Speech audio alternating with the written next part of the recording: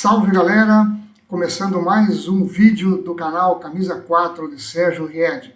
E vamos falar hoje do término da primeira fase do Campeonato Mundial de Clubes que está sendo jogado nos Estados Unidos. Nós já tínhamos falado da primeira rodada e vamos falar agora da segunda e terceira rodadas e ver quem é que foi que se classificou nos grupos. Eu queria dividir esse vídeo em três grandes partes. Os principais destaques que eu vi nessas últimas duas rodadas, quais foram os times que oscilaram muito nesse período e quem foram os times que mais decepcionaram, né, nessa primeira fase do Mundial de Clubes. Vamos lá, começando pelos destaques. Para mim, o principal destaque foi o Manchester City, que aliás foi o único time que teve 100% de aproveitamento, ganhou seus 3 jogos. Os últimos 2 jogos ele ganhou do All-In por 6-0 e depois ganhou da Juventus da Itália, que também estava invicta, estava com 100% de aproveitamento, com 2 goleadas, ganhou de 5-2 e deu um passeio de bola. Podia ter sido muito mais. Um destaque aí no City é a volta do Rodri, né, que já foi eleito o melhor jogador do mundo, estava machucado há bastante tempo e está voltando agora, então voltou, jogou um tempo grande até nesse jogo com a Juventus e demonstrou que está pronto para as fases seguintes do Mundial. Um outro time que eu vou colocar como destaque na primeira fase é o Flamengo, porque o Flamengo ele ganhou seus 2 primeiros jogos, teve uma vitória maravilhosa contra o Chelsea, né? Eu acho que fazia muito tempo que um time brasileiro não ganhava de um time grande europeu dominando o jogo, né? Não jogou sendo reativo nos contra-ataques, esperando uma falha do adversário para ganhar o jogo. Ele dominou o jogo do começo ao fim, embora tenha passado um pouquinho de susto, né? Mas eles ganharam por 3-1 e jogaram muito bem.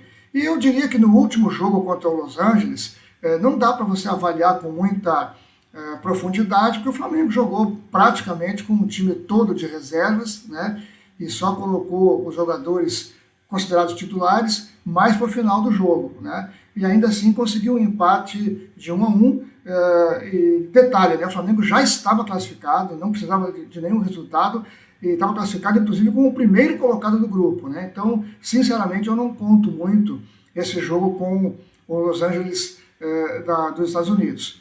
E um outro time que merece destaque nessa primeira fase, na minha opinião, é o Real Madrid, que começou de maneira muito burocrática contra o Al Hilal. Eu até coloquei na primeira rodada como um time que decepcionou, porque realmente se naquele jogo tivesse que ter um vencedor, na minha opinião, teria sido o Al Hilal. Mas depois disso, o Real Madrid teve 2 desempenhos muito importantes. Primeiro, ele ganhou do Pachuca, do México, por 3-1, mas com um detalhe.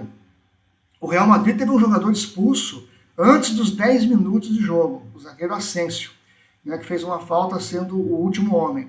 E mesmo assim, o Real Madrid fez 3-1 no Pachuca, sobrando, jogando um futebol de muita aplicação e de muito domínio, né, com um jogador a menos, eu repito, por mais de 80 minutos.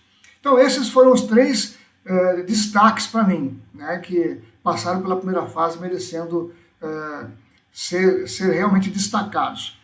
Quais foram os times que oscilaram? Né? Aí tem um grupo maior de times, na minha opinião. Um deles foi o PSG, que fez uma estreia maravilhosa contra o Atlético de Madrid, depois perdeu para o Botafogo e ganhou burocraticamente na última rodada do Seattle Sounders, né, por 2-0, foi campeão do grupo, mas chegou empatado em número de pontos com Botafogo e Atlético de Madrid. Então, para mim, o PSG oscilou. A Juventus também vinha bem, mas com essa derrota por 5-2 para o City e um banho de bola, oscilou bastante. O Bayern de Munique começou com 10-0 no primeiro jogo, depois ele ganhou com as calças na mão do Boca Juniors por 2-1, aliás, foi o melhor jogo do Boca no certame, depois eu vou falar um pouquinho do Boca também, à parte, e na última rodada o Bayern de Munique perdeu para o Benfica. É verdade que eles entraram com time misto e coisa e tal, mas dá para colocar na conta dos times que oscilaram, né? Depois eu vou fazer prognósticos para as oitavas de final, Não estou querendo dizer que os times que oscilaram estão mortos, nada disso, mas que oscilaram, oscilaram. A Inter de Milão também oscilou, né? Fez alguns jogos muito burocráticos, né? Sem criatividade, e acho que não apresentou ainda o seu grande futebol, né? Embora tenha jogado muito bem contra o River Plate na última rodada. O Botafogo, eu até pensei se ia colocar ele como destaque ou como time que oscilou, mas eu acho que dá para dizer que oscilou, porque na primeira rodada o Botafogo fez um primeiro tempo muito bom e um segundo tempo muito ruim, né? Ele quase conseguiu perder o jogo, né? Que estava ganhando por 2-0. Depois fez um jogaço, eu diria que foi o resultado, maior surpresa de toda a primeira fase da Champions, ao ganhar do PSG, com um jogo sólido, né? Um jogo reativo, é verdade, mas é o que podia ser feito, né? Contra o campeão da Champions League, que tinha ganhado a final da Inter de Milão por 5-0. Então o Botafogo jogou precavido contra o PSG, fez 1-0, segurou o resultado, e o PSG praticamente não criou chances de gol contra o Botafogo. Mas depois, na última rodada, o Botafogo jogou bem menos contra o Atlético de Madrid, né? É verdade que jogou com o regulamento embaixo do braço, porque só seria eliminado se perdesse por 3-0, mas fez um jogo muito discreto. Talvez o jogo pudesse ter mudado se o Savarino não tivesse perdido um gol ainda no início do primeiro tempo, lá pelos 10, 15 minutos. Mas como não fez esse gol, o Botafogo entregou a posse de bola para o Atlético de Madrid e passou susto, né? Porque o Atlético criou várias situações de gol, né? Com a entrada do Griezmann, especialmente. Então o Botafogo eu considero um time que oscilou, mas que pode voltar a jogar bem como jogou contra o PSG. Palmeiras também, eu acho que é um time que oscilou, fez um jogo muito bom, muito sólido contra o Porto, né? Quando não conseguiu transformar isso em vitória, mas depois fez 2 jogos bastante burocráticos. No último jogo contra a Inter de Milão, contra a Inter de Miami, aliás, do Messi, fez o seu pior jogo no torneio, né? Jogou muito mal, sem vibração, sem marcação, e conseguiu arranjar um empate no final do jogo, meio no sufoco, né? No Bumba Meu Boi, bola para a área e tal. E o time do Messi estava bastante cansado já nessa fase. Então o Palmeiras, aliás, ele acende um alerta. Temos que ver agora qual Palmeiras que vai entrar em campo nas oitavas de final. Fluminense também oscilou, né? Eu tinha dito aqui que na primeira rodada do Mundial ele foi o brasileiro que fez o melhor jogo, né? Porque pegou o adversário mais difícil, que foi o Borussia Dortmund, e realmente fez um jogo admirável, merecia ter ganho o jogo. Os europeus todos, a imprensa inclusive, ficou assim muito surpresa e impressionada com o time do Fluminense, mas nos 2 jogos seguintes o Fluminense não conseguiu manter o padrão. Ele ganhou o segundo jogo por 4-2, mas estava ganhando de 1-0, dominando completamente, tomou uma virada com 2 lances bobos e depois sofreu para conseguir virar o jogo. Então o Fluminense também oscilou. O Chelsea até agora não fez um grande jogo, então eu considero que é um time que oscilou, embora tenha conseguido, né, 2 vitórias e tenha se classificado até com folga, mas é um time que está devendo e oscilou. A Inter de Miami também, né, fez uma primeira rodada muito fraca, depois foi crescendo um pouquinho e fez o seu melhor jogo exatamente contra o Palmeiras, né? Messi e Luis Suárez jogaram muito naquele jogo, mas eu também atribuo isso muito à falta de marcação do Palmeiras, né? Eu acho que a escalação deixou a desejar. Aliás, o Abel, técnico do Palmeiras, fez uma autocrítica em relação a isso, mas a Inter de Miami fez um jogo bastante respeitável, né? E agora chega nas oitavas, pegou um adversário difícil, que depois eu vou comentar. E também eu colocaria nessa lista o Monterrey do México, né, que fez algumas boas partidas, fez outras um pouquinho mais modestas, né, mas é um time que não foi de todo ruim, então eu coloco na lista dos que oscilaram. E vamos agora para os times que para mim decepcionaram.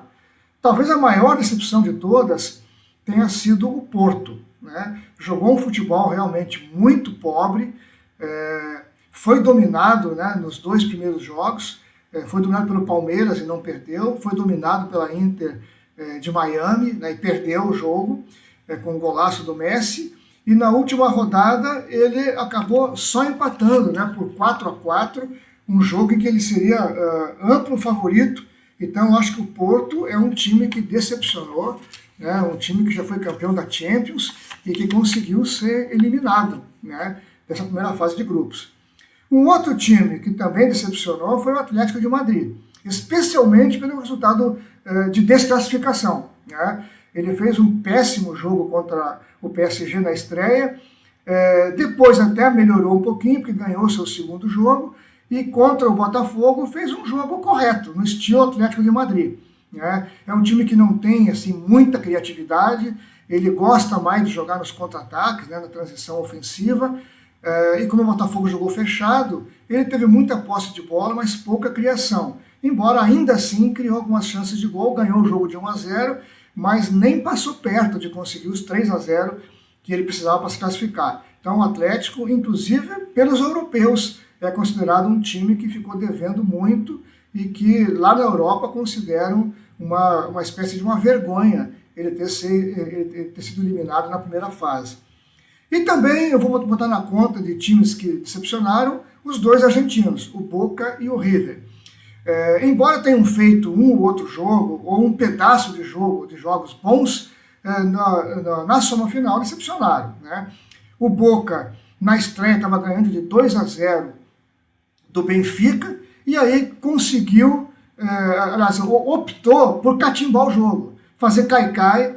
Teve ainda o benefício de ter um jogador adversário expulso, jogou grande parte do segundo tempo com um jogador a mais, e ainda assim tomou o empate do Benfica. Depois fez um jogo correto contra o Bayern de Munique, criou muitas dificuldades, né? Saiu perdendo de 1-0, mas buscou um empate com um golaço do Merentiel, e depois tomou o segundo gol, mas o Bayern de Munique sofreu muito para ganhar do Boca, né? Naquele dia, eu diria que o Boca Juniors ele orgulhou a sua torcida, né? Porque fez um jogo realmente digno, muito difícil, contra um adversário fortíssimo que é o Bayern de Munique. Mas na última rodada, ele só empatou com o time de Auckland, aquele time amador, né, da Nova Zelândia, e foi embora de uma maneira assim, melancólica, né? Eu acho que especialmente o último resultado coloca o Boca Juniors fortemente na lista das decepções. E também dá para dizer que o River decepcionou, né? O River fez um jogo razoável, né? Mas depois acabou caindo de produção contra a Inter de Milão. Ele, no primeiro tempo, teve até um pouco mais, eu acho, que controle do jogo, domínio de bola, mas criou poucas chances claras de gol, e as chances maiores foram da Inter de Milão. E no segundo tempo, a Inter de Milão já vinha jogando bem melhor que o River.